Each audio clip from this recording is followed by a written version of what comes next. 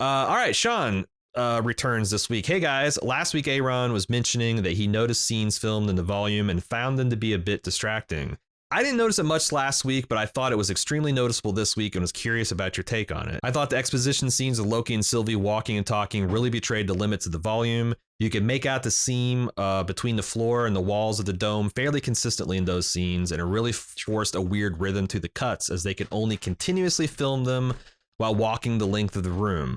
Also, the end scene in the episode that had them running up to the wall of the volume so it could display a falling building or collapsing debris. Again, very noticeable. I feels like the Mandalorian team does a better job of utilizing it, making it more seamless. I hope they fine tune it a bit more. I think there's an element of, again, like Lord of the Rings, even though that was taking place in late 90s and early 2000s, with very small exceptions, that shit still really holds up today, 20 years later. It's kind of amazing, right? But you had guys, brilliant people, purposely building technologies and stuff that directly solve a problem. Gotta have a massive armies, and they can't look like they're all like doing the same animation. So we need some kind of AI that's going to randomize it, and it needs to be able to control 10,000 people. Done. You know, you take that technology and you give it to some other thing that saw the Lord of the Rings and wants to do that, and they are not the people that worked on it, and they don't understand its limitations. And hey, you know, this really works best if you film it at night and it's dark and it's raining, and they try to do a bright sunny scene and it just doesn't work as well. This showrunner, goddamn, I've already forgot his name.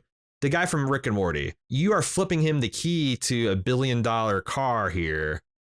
And is he going to be able to drive it as well as, you know, someone that like conceived the technology because it needed to scratch a certain itch? And, you know, it's like, hey, this actually works super well for aircraft hangars and scums of hive and villainy. They're indoor kind of dark areas that have hulking machinery that you can kind of have 3-dimensionally poking out into the real world and kind of hide these seams. And you got to make sure you film. Or is he just like, hey, I can do this thing and, you know, nobody's tried it before? Yeah, and the setting they're using it in within the story is also pretty severe. Like it felt oppressive to me, the lighting in this episode, but I think that's just a consequence of the planet coming to crash into the moon. Like, I think it was maybe intentionally meant to feel that way. It's just, it created an atmosphere where I was like noticing the lighting almost more than anything that was happening on the screen. And it's not because I was consciously thinking of the volume necessarily, but maybe they intentionally did that to make me feel oppressed in this, make me feel like doom was coming. And if so, it worked. If not, I could see that. They maybe need to, fix how they're using it. Yeah, like I mean, if you're from the Midwest, you probably know what I'm about to describe. But like before and sometimes after, like a severe thunderstorm or especially a tornado, I shit you not, the light is green. Yeah, the whole sky's green. And if you tried to replicate that on a camera on a Hollywood soundstage, I'm almost guarantee you it would look wrong because it is wrong. It's like, that's when you see that shit, it's like you either went through some shit or you're about to go through some shit. And I wonder if they're trying like, because I noticed that too, the light was a little weird, but it's like, what does, the reflected light from a moon entering an atmosphere and causing like what the shit does that actually look like? And the world's alien and it's like black sand and purple mesas and but yeah, it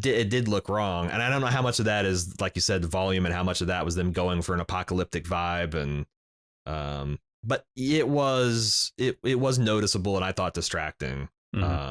Ultimately, this is going to be huge because it's going to let people do like really impressive sci-fi type sets for like really cheap, but for pennies on the dollar. Yeah, more convincingly, right? Because you could do all this stuff, but getting those reflections, getting the small details takes a lot of time and money. Get it to not look washed out when it's like a projection instead of like something that's actually emitting light. Yeah, I think there's definitely things they can do, and it'll get there. It'll get there. But this is like, this shit was just really created 2 years ago. And it's clearly set the filmmakers' kind of minds on fire with what they can do about it. And, it might need some tweaking here and there.